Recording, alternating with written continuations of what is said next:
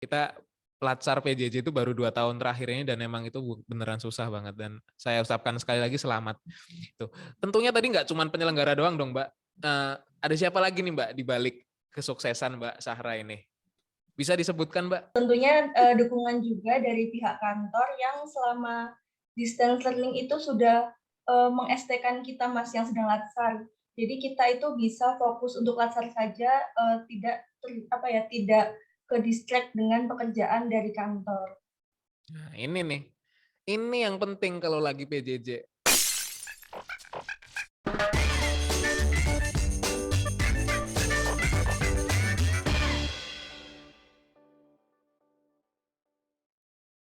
Yo yo yo.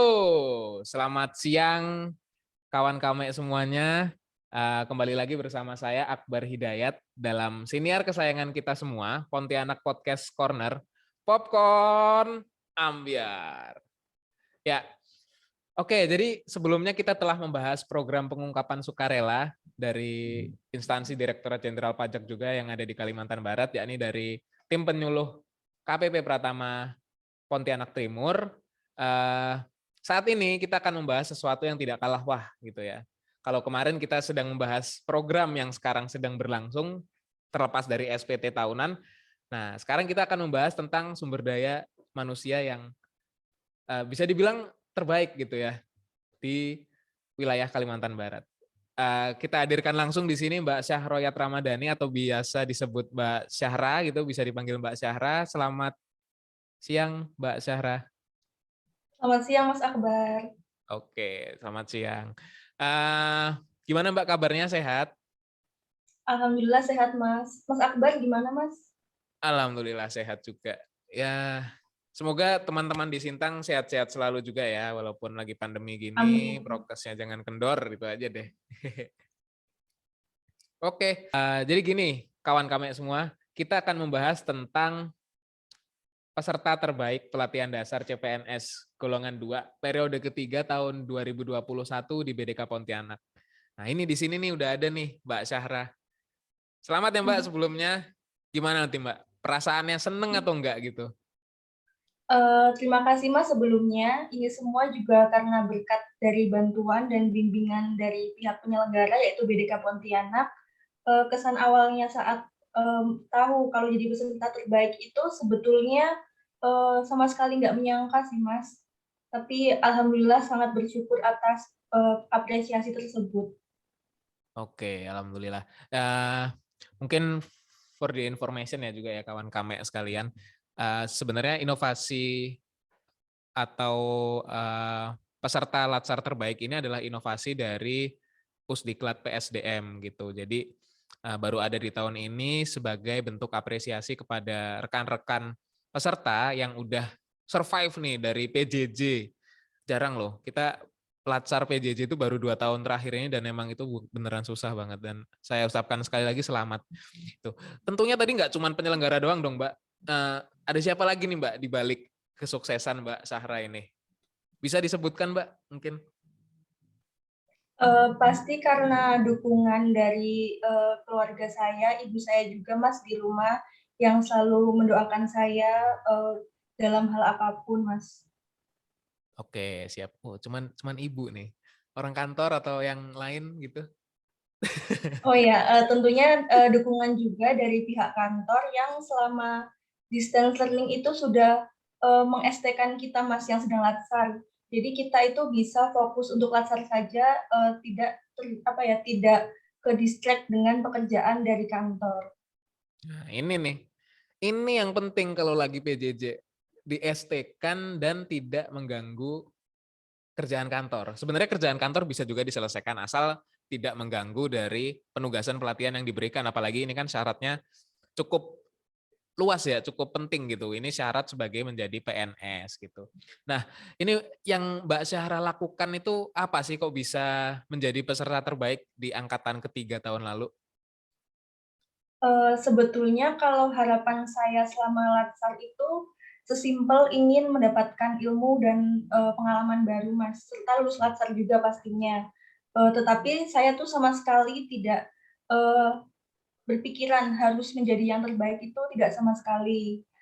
Kemudian saya itu berusaha untuk menjalankan setiap rangkaian kegiatan Latsar itu dengan sungguh-sungguh, mulai dari saat ujian evaluasi, mempersiapkan diri untuk belajar, kemudian memahami materi yang akan diujikan, kemudian saat kelas dia berusaha untuk aktif, dan juga saat aktualisasi itu berusaha untuk menyelesaikan dan melaksanakan semua kegiatan yang telah saya rencanakan, walaupun memang dalam prosesnya itu terdapat beberapa hambatan.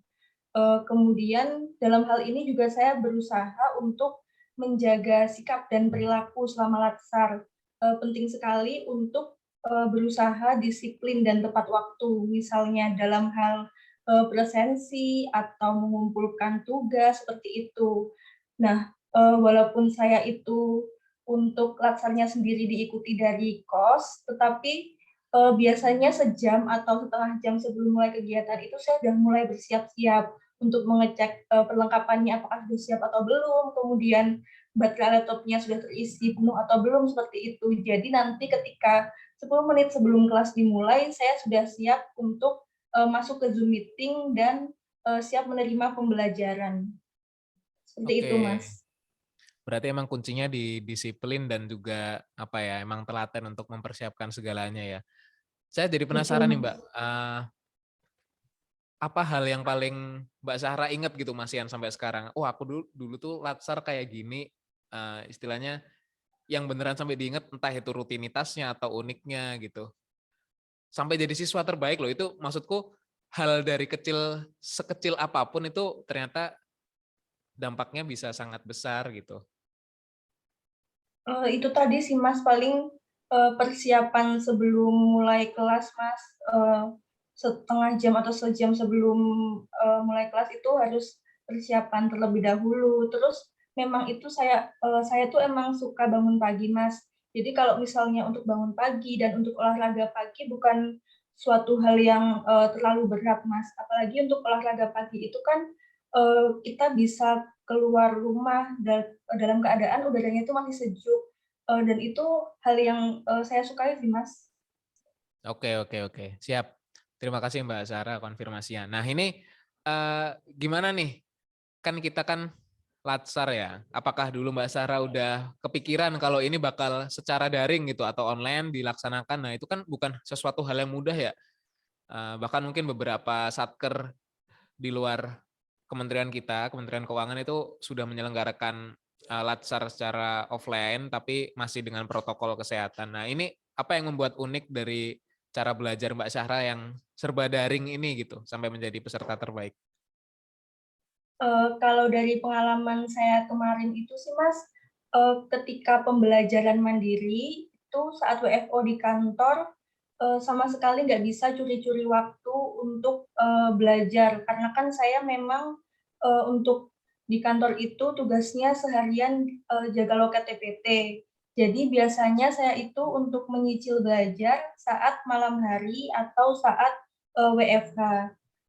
Nah, untuk belajarnya sendiri kan kalau biasanya kita belajar sendiri di kamar itu kan lama-kelamaan apalagi kalau belajarnya itu cuma baca aja, itu biasanya lama-kelamaan akan ngantuk.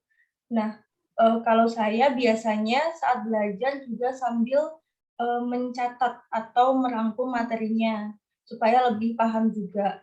Kemudian dibuat juga suasana belajar yang nyaman. Misalnya untuk belajarnya itu sebaiknya di meja dan juga dengan pencahayaan yang terang, jangan di kasur, supaya kita lebih fokus dalam belajar. Kemudian penting juga saat pembelajaran mandiri untuk membuat rencana belajar. Misalnya modul 1 itu dulu MOOC, modul 1 kan wawasan kebangsaan. Ada targetnya, harus selesai kapan. Misalnya selesainya harus di minggu pertama, kemudian modul selanjutnya harus selesai kapan. Jadi ada target-targetnya sehingga saat deadline kita sudah selesai dalam melakukan pembelajaran mandiri. Kemudian kalau distance learning sama sih, Mas, paling dibuat suasana ruangannya menjadi nyaman aja. Paling baca-baca sedikit sebelum mulai kelas supaya kita bisa mengingat lagi apa yang kita pelajari saat pembelajaran mandiri. Supaya nanti saat di kelas ketika ketika pengajar mengajak untuk berdiskusi, kita sudah memiliki gambaran. Wow, oke. Itu tadi ya, kawan kami lihat bagaimana tekunnya Mbak Syahra ini gitu. Banyak ya yang sebenarnya mungkin mirip-mirip gitu dengan cara belajarnya orang lain gitu, kayak jangan belajar di kasur, itu yang susah sih, itu emang susah banget dan emang itu harus di meja, apalagi serba online kayak gitu kan. Terus kira-kira kebayang nggak Mbak, mau latsar atau ikut pelatihan secara offline itu seperti apa gitu, menurut Mbak sendiri lebih nyaman mana? Atau kemarin sebenarnya nyaman-nyaman aja gitu secara online atau daring? Sebetulnya karena dari waktu kuliah itu sudah terbiasa daring setahun ya, Mas, jadi Hmm. sudah, nyaman-nyaman aja. Cuma kalau disuruh milih antara lebih nyaman mana, luring atau daring, itu, tetap lebih nyaman luring sih, Mas. Karena kan kalau luring itu pasti suasana kelasnya akan lebih hidup dan mungkin akan lebih fokus dalam, menerima pembelajaran. Terus kita nggak perlu kepikiran kalau misalnya ada kemungkinan gangguan sinyal atau mati listrik dan sebagainya. Cuma kan memang kondisinya sekarang itu kan sedang di masa, pandemi dan, menurut saya itu daring sudah keputusan yang tepat karena kalau misalnya luring kan pasti, risikonya juga tinggi. Tapi kalau di kondisi normal sih, pengennya secara langsung, Mas. Soalnya saya juga ini, Mas, diceritain sama senior-senior kalau misalnya, keasikan saat, latsar secara luring, Mas. Oke, siap. Makasih ya Mbak Sarah ya. Jadi harapannya emang masih bisa nantinya mengikuti, pelatihan secara luring gitu. Semoga itu Amin. nanti bisa tercapai ya Mbak ya, kita masih panjang nih. Amin, Mas. Dan juga semoga emang bakal ada banyak nanti kan Mbak Sarah belum DTU, belum DTSD. Ada DTSD nggak Mbak? Mbak Sarah dari D3 Eee, pajak atau? saya D3 akuntansi, Mas. Oh, berarti DTSD nih wajib. Oke, tadi udah diceritain banyak tuh, keseruannya ataupun hal-hal kecil yang bisa menjadi sebuah, kumpulan yang membuat Mbak Sarah sukses gitu ya, salah satunya bangun pagi, terus itu kan lama ya, Mbak, ya, pelatihannya gitu. Terus tadi ada apa aja ya, masih menyempatkan diri untuk bisa belajar di kala lagi, pembelajaran lagi off kampus gitu kan. Bosen nggak sih, Mbak? Maksudnya ada rasa jenuh atau gimana itu untuk mengatasi itu kayak gimana gitu? Apa emang nggak ada bosennya gitu? Sebenarnya suka belajar aja juga gitu? Kalau rasa bosan itu pasti ada, Mas, karena kan rasa bosan itu kan, manusiawi lah. Tetapi karena kan, latsar ini kan sudah kewajiban kita juga. Jadi, kalau menurut saya suatu kegiatan itu akan terasa lebih mudah ketika diniatkan sebagai ibadah dan dinikmati setiap prosesnya. Kita harus yakin bahwa kegiatan ini kegiatan yang baik dan, pasti dampaknya juga baik bagi kita, seperti itu. Kalau untuk mengatasi rasa kebosanan, mungkin ketika misalnya mengerjakan tugas itu bisa sambil mendengarkan musik atau, bisa diselingi dengan menonton YouTube, eee, tapi jangan waktu Zoom meeting sih, Mas. Kemudian, ketika waktu weekend itu bisa kita manfaatkan untuk melakukan hobi-hobi yang kita sukai atau pergi keluar sama teman, sehingga nanti di minggu berikutnya kita sudah, ter-refresh kembali, seperti itu. Oke oke, tadi konsepnya berarti cukup unik ya, kawan kami semuanya, Mbak Zahra ini menempatkan diri kalau, apa yang kita tanam itulah yang kita tuai gitu ya. Jadi segala sesuatu kalau kita nanam baik ya juga bakal kembali ke kita baik gitu. Nah, Mbak Zahra ini, berarti di Sintang merantau ya, Mbak? Iya betul Mas, merantau. Merantau dari kota atau kabupaten mana, Mbak, boleh tahu? Dari Purworejo, Jawa Tengah.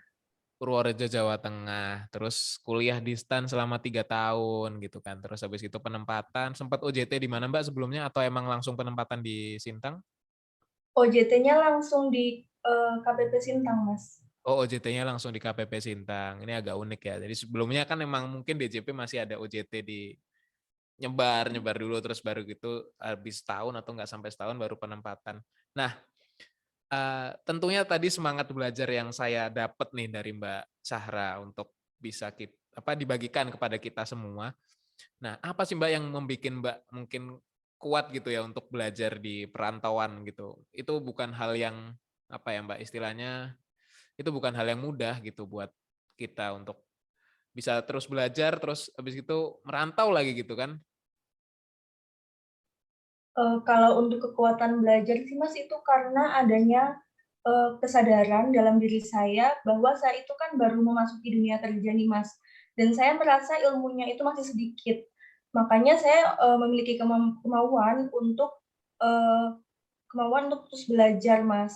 Apalagi kan justru karena merantau itu, kita sudah merantau jauh-jauh dari keluarga, kemudian untuk pulang itu membutuhkan waktu belasan jam, maka kita harus memanfaatkan momen kita merantau itu dengan baik. Justru ketika kita merantau, kita harus, mencari ilmu sebanyak-banyaknya, Mas, dan menjadikan kita merantau itu, nggak sia-sia, seperti itu. Oke oke oke. Ya ini ya jadi ya kawan kami ya, hashtag belajar tanpa batas. Eee, selingan dulu dari hashtag kami di BBPK.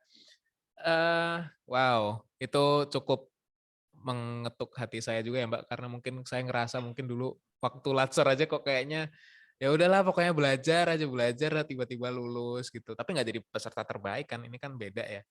Eh, oke, dengan peserta terbaik, di angkatan 3 ya tahun lalu, kira-kira kemarin itu bahas apa sih, Mbak?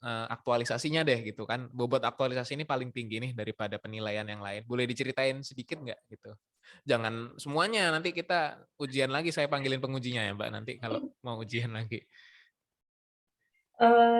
Jadi kan, ketika saya sebagai petugas loket TPT, itu saya sering menjumpai banyak wajib pajak yang, tidak tahu atau belum tahu persyaratan lengkap dari pengajuan permohonan. Nah, ketika, wajib pajaknya tidak tahu persyaratannya, maka mereka sering kurang dalam mencantumkan persyaratan pengajuan permohonan. Karena hal itu, saya mengangkat isu optimalisasi pemberian informasi mengenai persyaratan pengajuan permohonan terhadap wajib pajak. Untuk kegiatannya sendiri itu saya, intinya adalah menambah menambah media penyampaian informasi tentang persyaratan pengajuan permohonan agar lebih optimal. Yang sebelumnya belum ada di kantor, saya tambahkan sehingga ada nilai tambahnya, baik melalui media cetak maupun media elektronik. Oke, berarti ini nggak mudah nih. Kita tahu ya sebenarnya Mbak Syahra ini ada di seksi pelayanan ya mungkin ya kawan kami semuanya, yang mana emang tiap hari Mbaknya ini bertemu dengan stakeholder, bener demikian ya, Mbak, ya? Betul, Mas. Nah, tadi mungkin mengoptimalisasikan dari media sosial terkait info-info terkini gitu ya, terupdate apalagi banyak ya, reformasi undang-undang atau perpajakan di tahun kemarin sampai sekarang bahkan.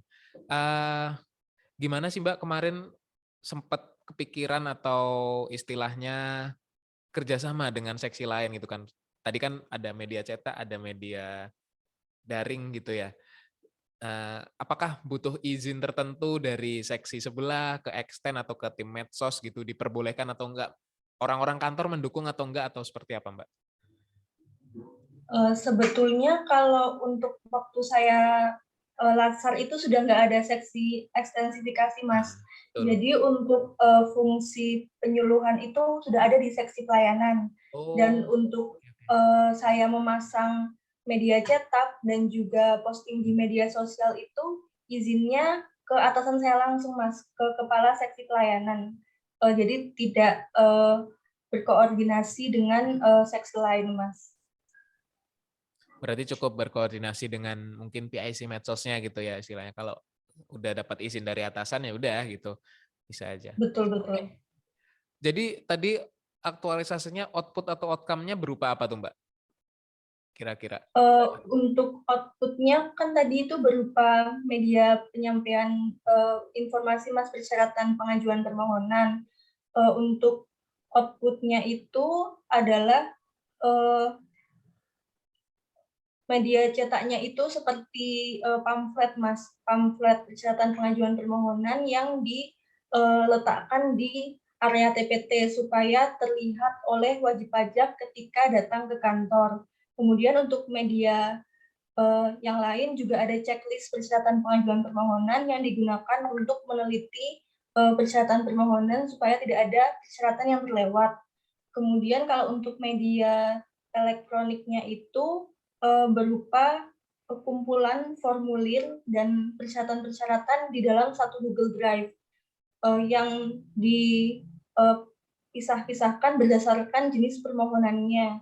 Jadi nanti untuk wajib pajak itu bisa lebih mudah mengakses persyaratan pengajuan permohonan dari mana saja, Mas.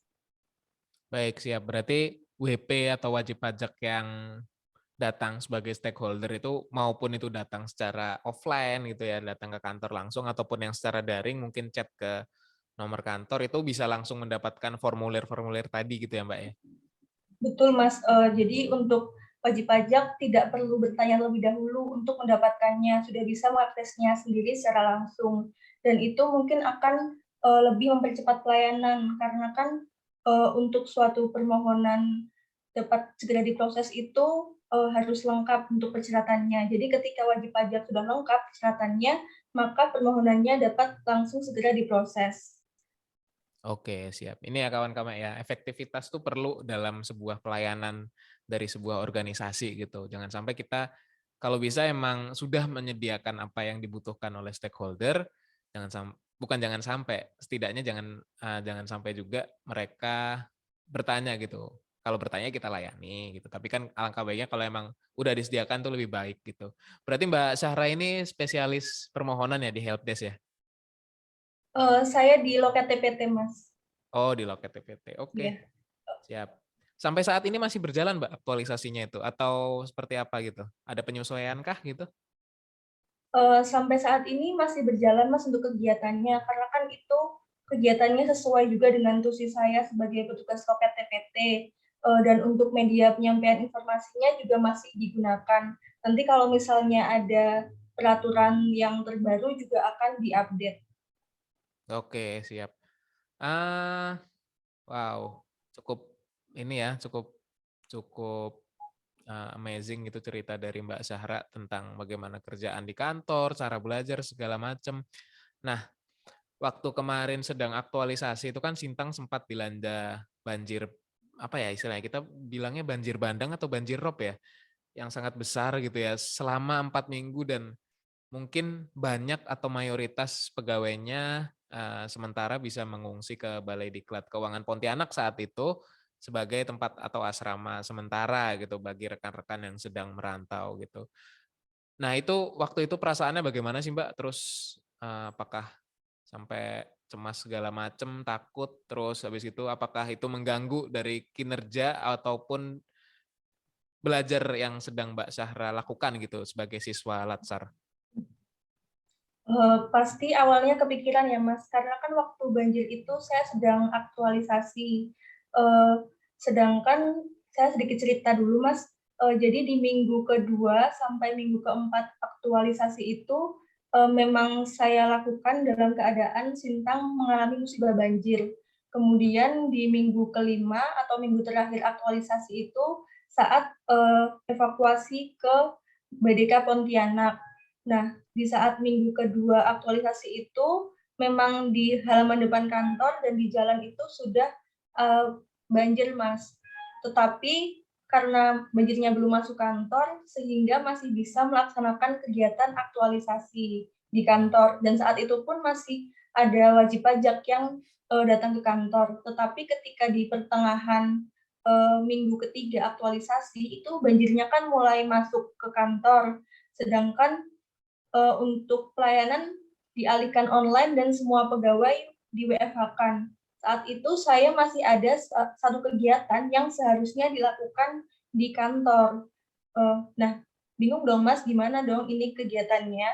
Kemudian saya mencoba untuk berkonsultasi dan meminta saran kepada coach saya, Pak Rizky, baiknya bagaimana. Nah, akhirnya untuk kegiatan saya akhirnya yang seharusnya dilakukan di loket TBT atau di kantor itu diganti menjadi via online. Nah, kendalanya lagi adalah ketika banjir itu ada gangguan sinyal, di Ya. mana saya kan untuk melakukan kegiatan harus membutuhkan sinyal. Jadi kadang saya menunggu hingga sinyalnya itu membaik di saat-saat tertentu. Nah, hingga kemudian kami pegawai dievakuasi ke BDK Pontianak di dalam keadaan yang lebih baik. Sehingga saat itu saya menyelesaikan aktualisasi di BDK Pontianak. Oke, siap. Wow, saya cukup merinding sih Mbak tadi. Sebenarnya bayanginnya dari minggu kedua sampai minggu keempat itu, wow, itu belum selesai nih kan tugas atau aktualisasi, tapi udah keadaan kayak gini, di minggu ketiga masih maksa untuk menyelesaikan yang harus diselesaikan dengan kondisi eh, sinyal atau peralatan yang kurang memadai gitu kan, tapi thumbs up lah buat Mbak Zahra. Two thumbs up buat Mbak Zahra dan teman-teman yang ada di KPP Sintang saat itu. Oke, jadi mungkin kita sampai ke pertanyaan yang terakhir gitu ya. Apa sih Mbak yang bisa dipetik dari jadinya Mbak Zahra ini menjadi peserta terbaik di Angkatan 3 Latsar di BDK Pontianak tahun 2021? Alhamdulillah saya sangat bersyukur Mas atas apresiasi tersebut, dan itu menjadikan inspirasi juga bagi saya sendiri untuk menjadi lebih baik lagi dan untuk bisa terus belajar menjadi ASN yang profesional dalam menjalankan tugasnya, dan semoga saya dapat bermanfaat bagi instansi dan juga masyarakat. Amin, amin ya robbal alamin. Oke, siap. Itu tadi ya kawan kami semuanya ya. Highlight-nya di bawah tadi tuh. Terus belajar dan terus belajar. Begitu kan tadi kalau ada cerita dari Mbak Zahra bilang kalau dari awal emang niatnya itu baru datang bekerja ya kita itu belajar gitu, dan semoga nanti Mbak Zahra mindset itu emang akan selalu ada ya. Jadi kita tuh beneran masih harus terus dan akan terus belajar lagi gitu. Entah itu belajar yang informal ataupun formal gitu ya. Semuanya sama-sama dikembangkan. Oke, terima kasih Mbak Zahra. Sekian kawan kami semuanya atas bincang-bincang santai kita pada sesi kali ini. Terima kasih buat Mbak Zahra yang udah meluangkan waktunya untuk bisa berbagi bersama kita bagaimana semangat belajarnya hingga menjadi yang terbaik di BDK Pontianak gitu ya, sebagai lulusan atau alumni peserta Latsar. Sekian kawan kami untuk Siniar Popcorn atau Pontianak Podcast Corner kali ini. Saksikan episode-episode selanjutnya yang tidak akan kalah menariknya dari episode ini gitu ya. Bantu like, share, dan subscribe akun YouTube BDK Pontianak dan ikuti segala jenis pelatihan, baik itu pelatihan ataupun pengembangan sumber daya manusia yang lain di media sosial kita @BDK Pontianak, ada di Twitter, ada di Instagram, di TikTok, dan lain-lain. Saya Akbar Hidayat, izin undur diri. Selamat melanjutkan aktivitas. Sampai jumpa. Popcorn, Popcorn, ambiar. ambiar.